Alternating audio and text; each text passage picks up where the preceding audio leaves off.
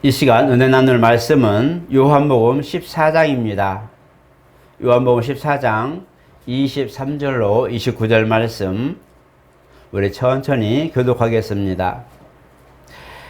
예수께서 대답하여 이르시되 사람이 나를 사랑하면 내 말을 지키리니 내 아버지께서 그를 사랑하실 것이요 우리가 그에게 가서 거처를 그와 함께 하리라. 나를 사랑하지 아니하는 자는 내 말을 지키지 아니하나니 너희가 듣는 말은 내 말이 아니요 나를 보내신 아버지의 말씀이니라. 내가 아직 너희와 함께 있어서 이 말을 너희에게 하였거니와 보혜사 곧 아버지께서 내 이름으로 보내실 성령 그가 너희에게 모든 것을 가르치고 내가 너희에게 말한 모든 것을 생각나게 하리라. 평안을 너희에게 주노니 곧 나의 평안을 너희에게 주노라. 내가 너희에게 주는 것은 세상이 주는 것과 같이 아니하니라. 너희는 마음에 근심하지도 말고 두려워하지도 말라. 내가 갔다가 너희에게로 온다 하는 말을 너희가 들었나니 나를 사랑하였더라면 내가 아버지께로 감을 기뻐하였으리라. 아버지는 나보다 크심이니라. 이제 일이 일어나기 전에 너희에게 말한 것은 일이 일어날 때에 너희로 믿게 하려 함이라. 아멘. 우리 한번 같이 합니다. 하나님은 위로의 주님이시다.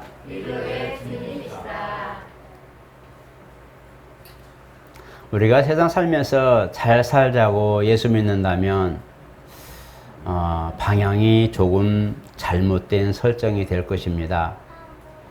주님이 이 땅에 오셔서 문화를 개척하고 문명을 개척하고 이스라엘을 정말 신정국가로 만들 만큼의 그런 힘과 능력이 있으시지만 백성들이 원하는 그런 방향으로 주님이 공생애를 사역을 하지 않고 아버지 원하는 대로 사역을 하셨어요. 그래서 자기 백성에게 왔는데 자기 백성들은 그를 환영하지 않고 자기 목적을 원했던 그들은 그를 오히려 십자가에 죽이는데 내어주는 상황이 발생합니다.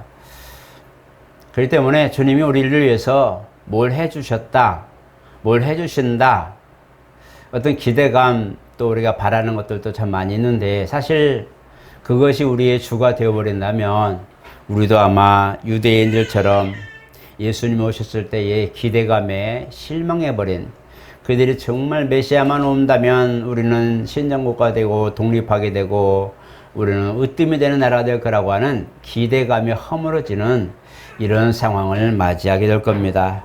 그래서 우리가 신앙이라고 말할 때에 신앙은 보이지 않지만 실존하시고 또 우리의 신분 자체가 이제 하나님 나라의 그런 시민권을 가진 하늘나라의 시민으로 또 천국 사람으로 우리가 변화된 모습을 기대하고 또 약속을 받은 상태에서 살아가는 것이 신앙생활입니다. 그래서 우리가 오늘 본문을 이해하기 좀 어렵고 힘듭니다.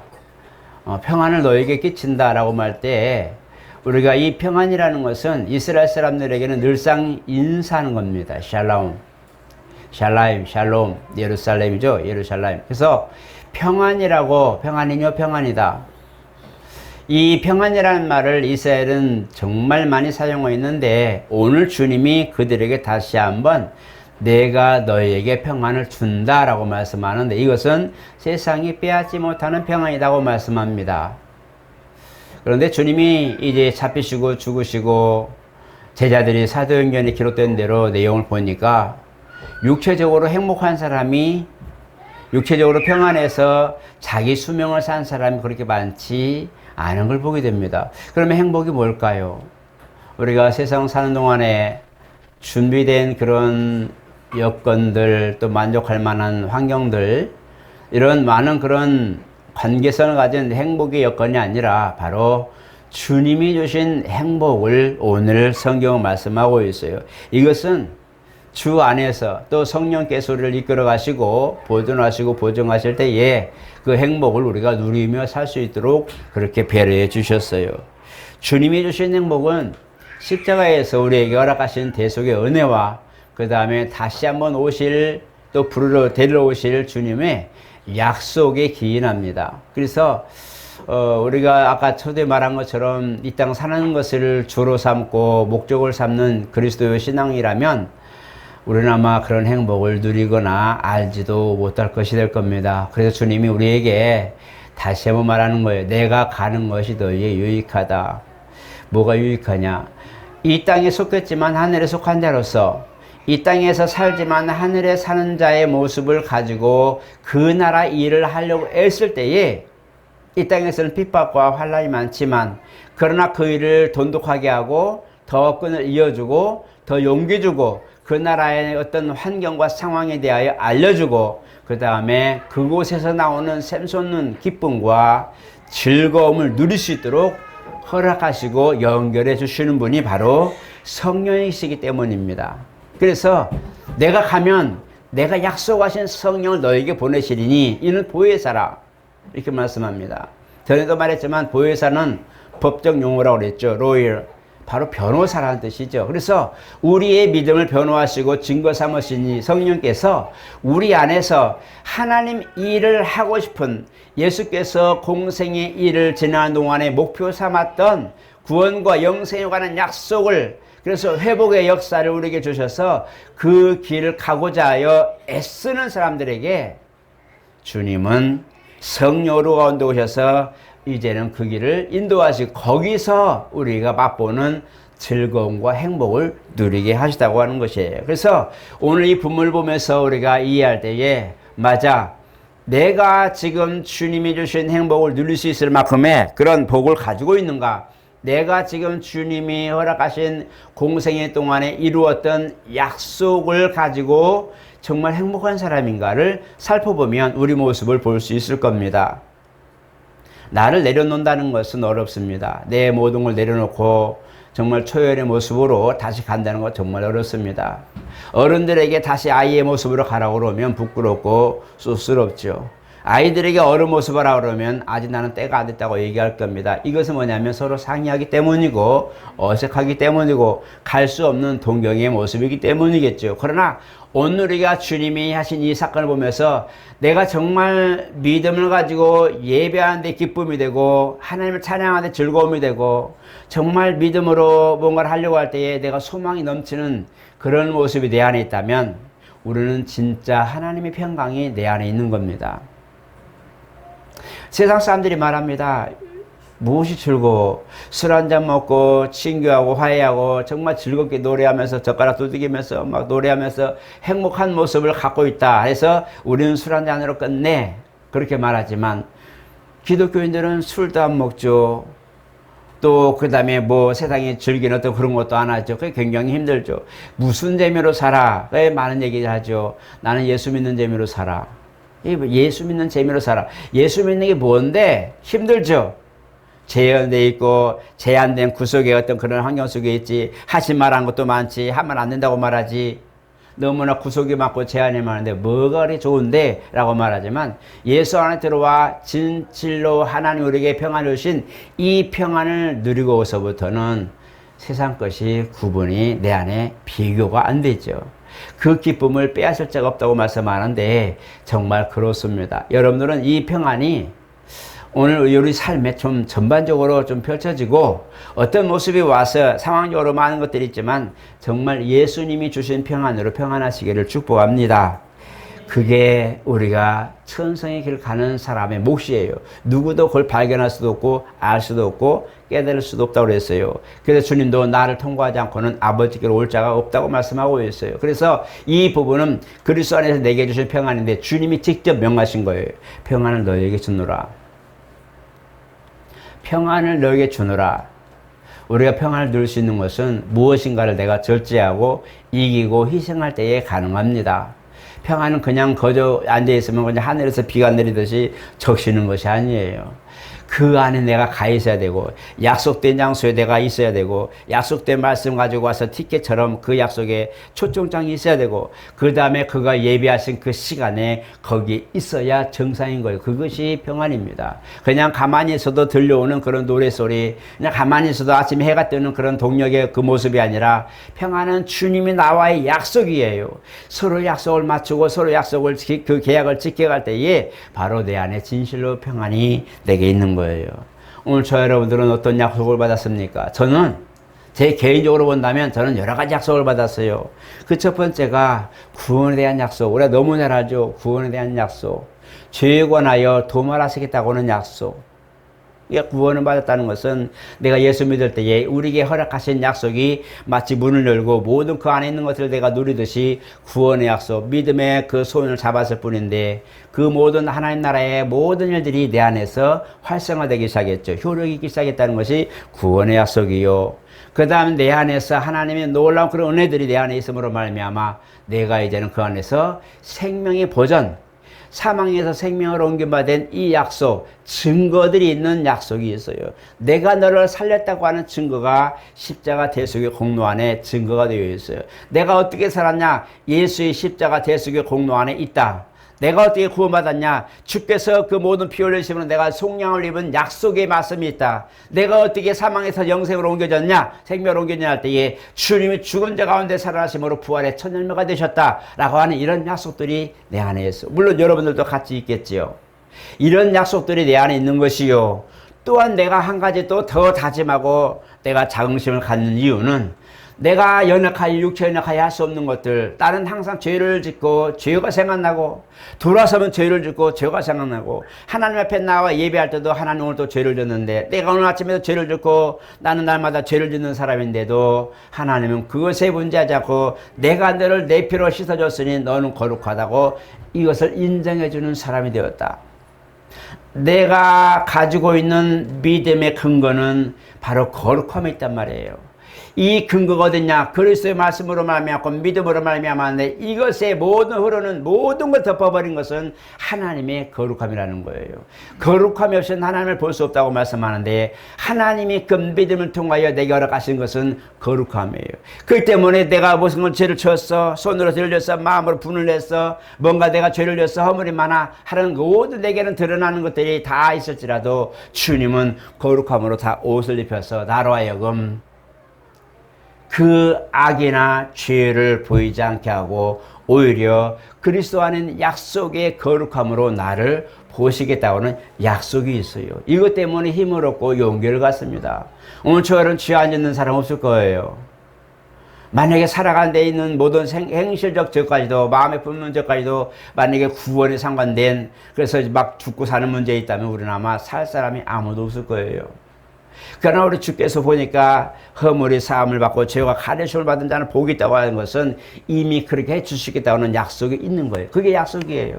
허물이 사하심을 받고 죄가 가려우심. 그래서 원죄는 가려우심을 받고 우리 모든 삶에 일어나는 모든 본죄나 자범죄 같은 허물들은 주님은 싹 도말하신다는 거예요. 나는 너의 죄를 도말하는 자니 바로 동이 서에서 먼 것처럼 내가 너의 죄를 없이 하고 멀리 했다고 약속하고 있어요. 그래서 내가 한 가지 담력을 얻는 이 약속 한 가지 중에 하나는 뭐냐? 내가 혹시라도 죄를 짓고 부지정해로 죄를 짓고 때로는 알면서도 죄송해하고 죄를 짓는 이 모습들을 보면서도 하나님 나는 어떻게 하면 좋아요? 나는 아직도 내가 성화되지 못하고 나는 아직도 미생이 무슨 뜻인지 우리 알죠, 그렇죠? 아직 완성되지 못한 부분들처럼 그런 미완성처럼 그런 신앙 같는데도 주님은 그리스도 안에 있는 공로 안에 나의 모든 걸 정죄의 모든 걸 싹 소멸시켜버리고 내가 너를 볼 때는 아들의 공로만 보인다라고 말씀하신 거예요.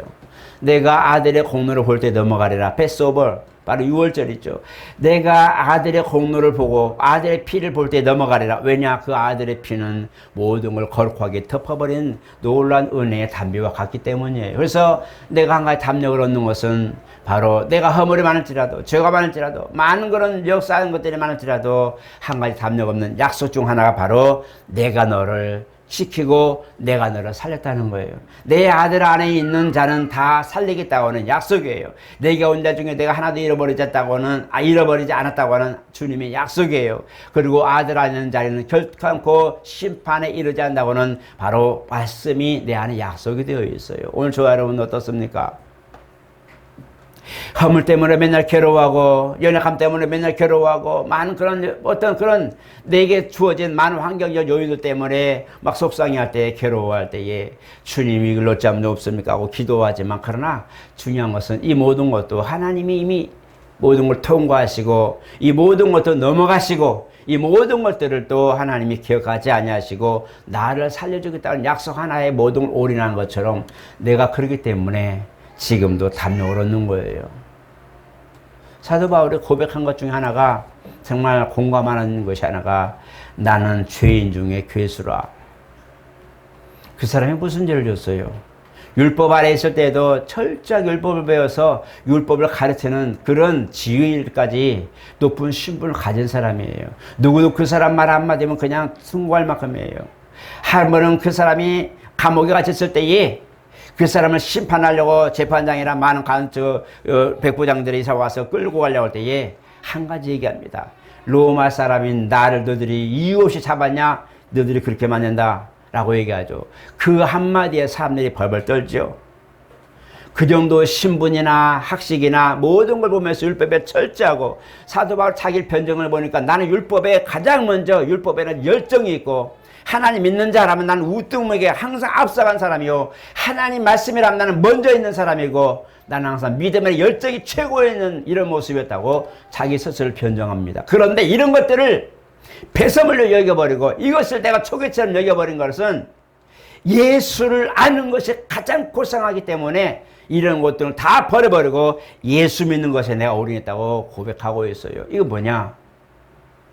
그렇게 살았어도, 사도 바울이 그렇게 많은 것을 철저하게 살았어도 자기 허물밖에 보이지 않죠.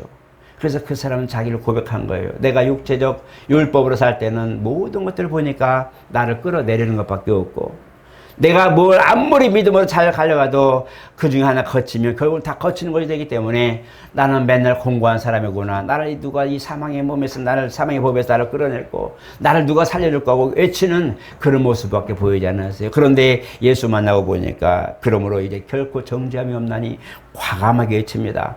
허물이 있던 사람이 갑자기 허물이 사라졌나요? 똑같이 그런 생활 살던 사람이 갑자기 예수 믿으니까 갑자기 거룩해지고 뭐 모든 환경이 바뀌어지고 갑자기 입도 그냥 상스러운 말을 하던 사람이 갑자기 막 거룩한 말을 하던가요? 똑같아요.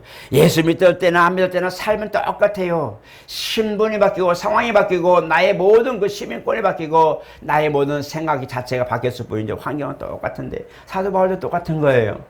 예수 믿으니까 갑자기 하늘이 열리고 막 갑자기 뭐가 막 바뀌고 모든 환경, 예수 믿기 좋은 환경으로 바뀌었을까요? 더 악해졌어요. 죽이려고 온 사람들이 많아졌어요. 이젠 내 목숨을 찾는 사람까지 생길 만큼의 위협에 처했는데, 그러나 그가 행복하게 대해서 말할 때는, 행복에 대해서 말할 때는 예수만한 이것이 가장 고상하다. 나는 예수 믿는 이 믿음이 가장 내 위에는 으뜸이다. 무엇을 다 따지고 그랬어도 나는 예수 믿는 이 믿음 하나, 나는 이거 하나로 나는 산다 그랬어요. 이것 때문에 내가 죽는 것도 내가 불쌍하다. 사도행전 보니까 사람들이 이 끈 가지고 기도하면서 예언한 사람들이 있어요. 이 끈 임자 누구예요? 사도 바울이었어요. 그 사람 예루살렘에 가려고 할 때 가지 마라. 가면 너 당하고 고통당하고 죽어. 사람들이 얘기합니다. 막 그들을 기도하면서 하나님의 은혜를 주셨는데, 가면 모든 걸 환영하고 예루살렘에서 로마에서 막 바울을 환영할 줄 알았더니 아니냐. 가면 고난을 받고 재판받고 죽게 생겼어. 그리고 뭐예요? 제자들이 선생님 가지 마세요. 예루살렘 가지 마세요. 왜 거기 왜 가? 하나님이 가라고 했으니 가는데, 그 제자들은 그거 가면 고통당하고 고난당할 것을 아니까 못 가게 해요. 그러나 사도 바울이 고백하죠. 나의 달려갈 길, 나의 일 마치려면 내 목숨을 조금도 귀한 것을 여기지 않겠다. 막지 마라. 주님이 나에게 허락하신 이 복음, 이 기쁨, 정말 예수 믿는 이것이 가장 고상함을 아는 깨달은 것, 내가 이 안에서 얼마나 자유를 누렸는데, 나는 그 기쁨을 누구든지 내 안에서 빼앗을 수 없기에, 그들이 내게 고난이 오고 나를 재판하고 혹시라도 나를 오게 가둔다 해도 이 기쁨 빼앗을 수 없기에 나는 당당히 간다. 목숨 때문에 두려워서 이걸 뺏기냐? 아니다. 목숨이 위협하다 해도 위험할 만한 일이 있다 해도 나는 이 복음을 위해서라면 나는 가겠다고 말하는 거예요. 죽음도 불사할 만큼의 이걸 하겠다는 거예요. 그게 사도 바울의 신앙 고백이에요. 우리가 사도 바울을 존경하는 이유는 바로 그런 거예요. 어떤 상황이 돼도 예수 먼저, 어떤 상황이 되도록 믿음 먼저, 어떤 일이 있더라도 항상 하나님의 일을 먼저 두고 가는 모습이 사도 바울의 모습이었어요. 그렇기 때문에 사람들이 보고 정말 당신 믿음은 참이요, 이 사람은 그런 사람이 아니요. 그리고 많은 사람들이 후원하고 많은 사람들이 함께하고 많은 사람들이 그 어렵고 위기스러운 일에 그런 곳에 심부름을 시켜도 그냥 죽음을 불사하고 심부름을 가죠. 그 편지가 뭐라고? 사도 바울의 서신을 쓴 그것을 로마에 갖다 줄 때에 그 한 달 넘는 그 길을 위협을 무릅쓰고 가서 전달해 주고 오는 이런 모습들이 얼마나 충성된 사람이 많았어요. 사도 바울이 이걸 너무 고마워서 항상 서신서마다 맨 마지막에 뭐였어요? 문안하라, 인사해라, 알아줘라, 이들 기억하라. 이게 뭐냐? 그들이 나의 고난에 동참하고 정말 힘써 도왔느니라. 내가 힘들 때, 어려울 때, 위기스러울 때 그들이 힘써 나를 도왔느니라. 이건 뭐냐? 내가 하나님 나라의 일을 위하여서 정말 매진하며 목숨을 걸고 달려갈 때에 이들은 그걸 보고 나와 함께 동역하였느니라. 기뻐하고 즐거워하는 그 모습을 그들도 알아주라고 말합니다. 이게 뭐예요? 믿음 안에 살았기 때문에 그래요. 예수 안에서 결코 정죄함이 없는 이 성령의 생명의 법이 바로 우리 가운데 모든 걸 주장하시니까 사도 바울은 죽음도 불사할 만큼 되고 어떤 정죄나 어떤 모습에도 굴하지 않고 그냥 믿음으로 진군하는 겁니다. 그러니까 뱀에 물렸더라도 아무 일 없는 거예요. 바다에 빠져 죽을 정도의 바람과 풍랑이라서도 다 건짐받고 구원함을 입었어요. 많은 사람들이 그를 죽이려고 했었지만 그 중에 누군가가 그를 돕고 이제는 다림질을 내려서 밧줄을 내려서 성 밖으로 구출하는 모습 보십시오. 그 중에 그 사람들 다 믿음 때문에 죽인다고 말하지만 누군가는 하나님이 세워서 그를 살리는 모습을 보십시오. 바로 하나님은 그렇게 환난을 당하고 핍박을 당할 점에 피할 길 주셔서 사도 바울로 하여금 하나님의 사명을 다하게 만들어 주셨어요. 이게 바로 행복의 조건입니다. 오늘 주와 여러분, 우리가 진짜 행복한 사람인가? 하나님의 일을 하고 싶을 때 할 수 있는 사람입니다. 하나님 일을 하고 싶을 때 할 수 있는 사람. 자다가도 기도하고 싶어서 벌떡 일어나서 기도할 수 있는 사람. 뭔가 정말 누군가를 돕고 싶을 때 그래 하고 밖을 거리끼지 않고 눈치 보지 않고 뒤를 돌아보지 않고 도와줄 수 있는 그런 마음의 여유가 있는 사람. 누군가 뭔가 필요할 때 내가 그걸 도울 수 있을 때 이견 따지지 않냐고 내가 뭔가 해줄 수 있으면 해줄 수 있는 여유가 있고 마음에 넉넉함 있는 사람. 내가 뭔가를 하고 싶을 때 말하고 싶을 때 기타를 제발할 수 있는 담력이 있는 사람. 믿음 하나 때문에 내 안에서 막힘없이 그냥 열어버릴 수 있는 그런 담력, 믿음의 용기가 있는 사람이 정말 행복한 사람이에요.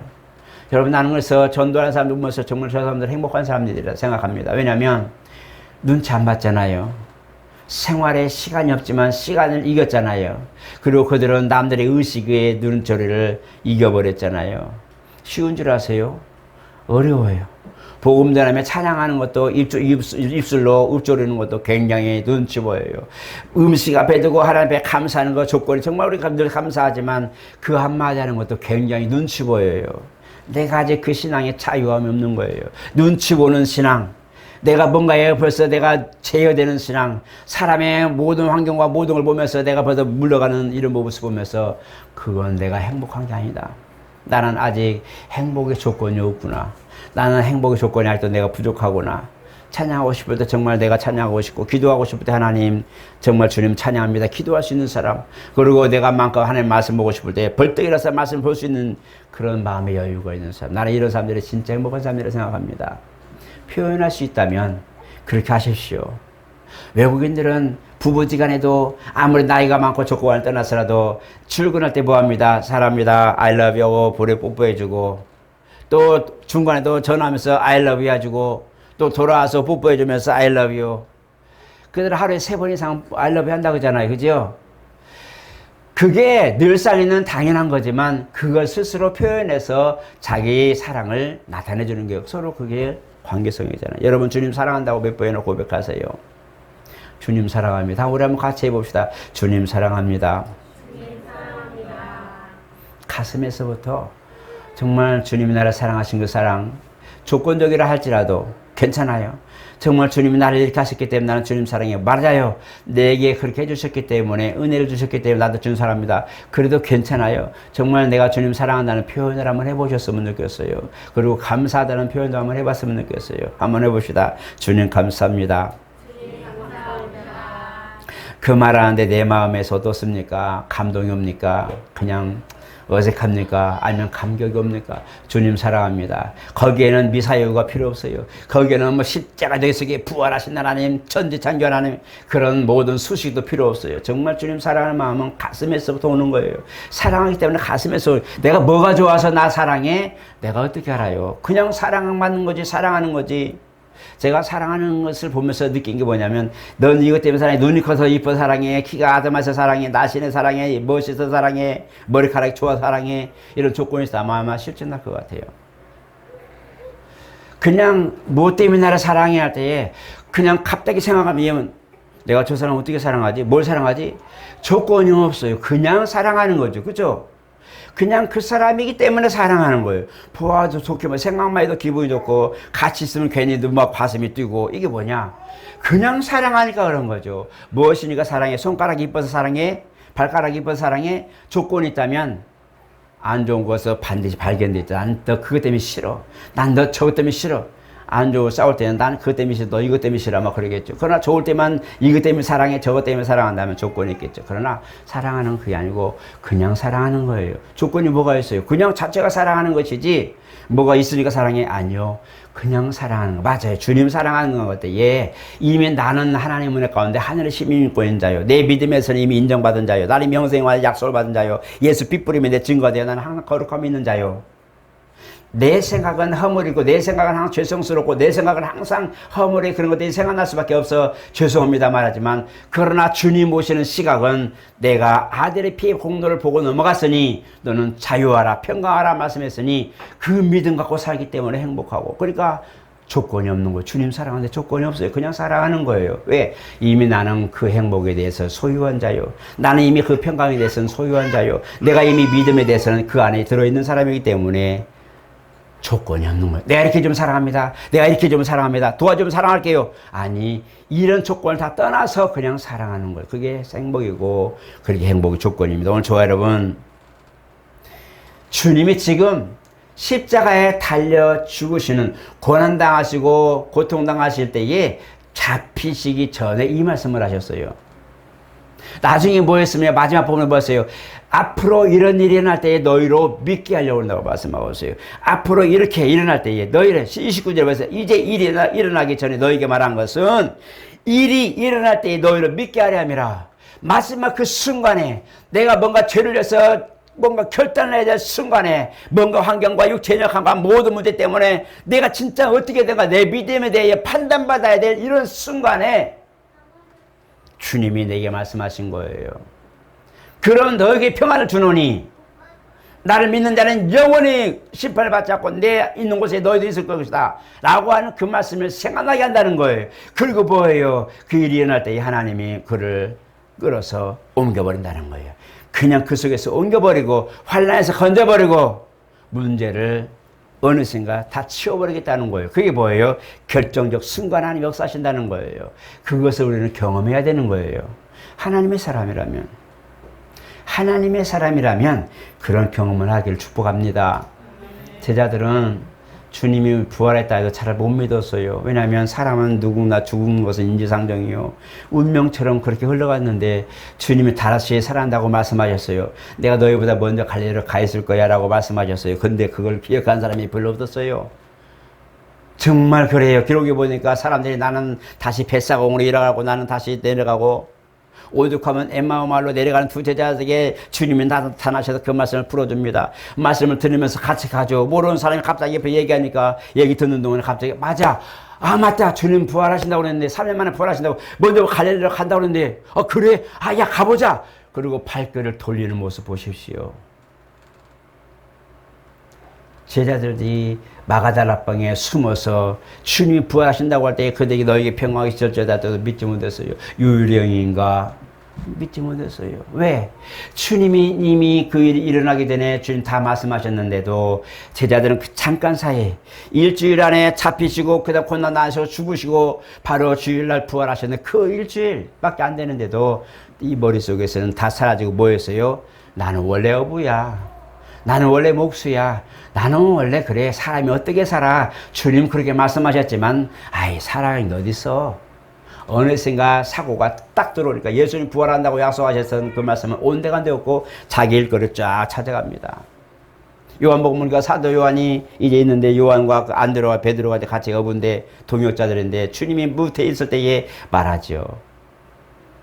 그 주님이 기쁜 데 가서 금을 던지라 할 때에 그들 생각에는 이치가 안 맞지만은 그러나 그 말씀대로 순종했더니 정말 그 두 배 가득해서 넘어지려고 그래요. 그거 보니까 베드로가 어떻게 돼요?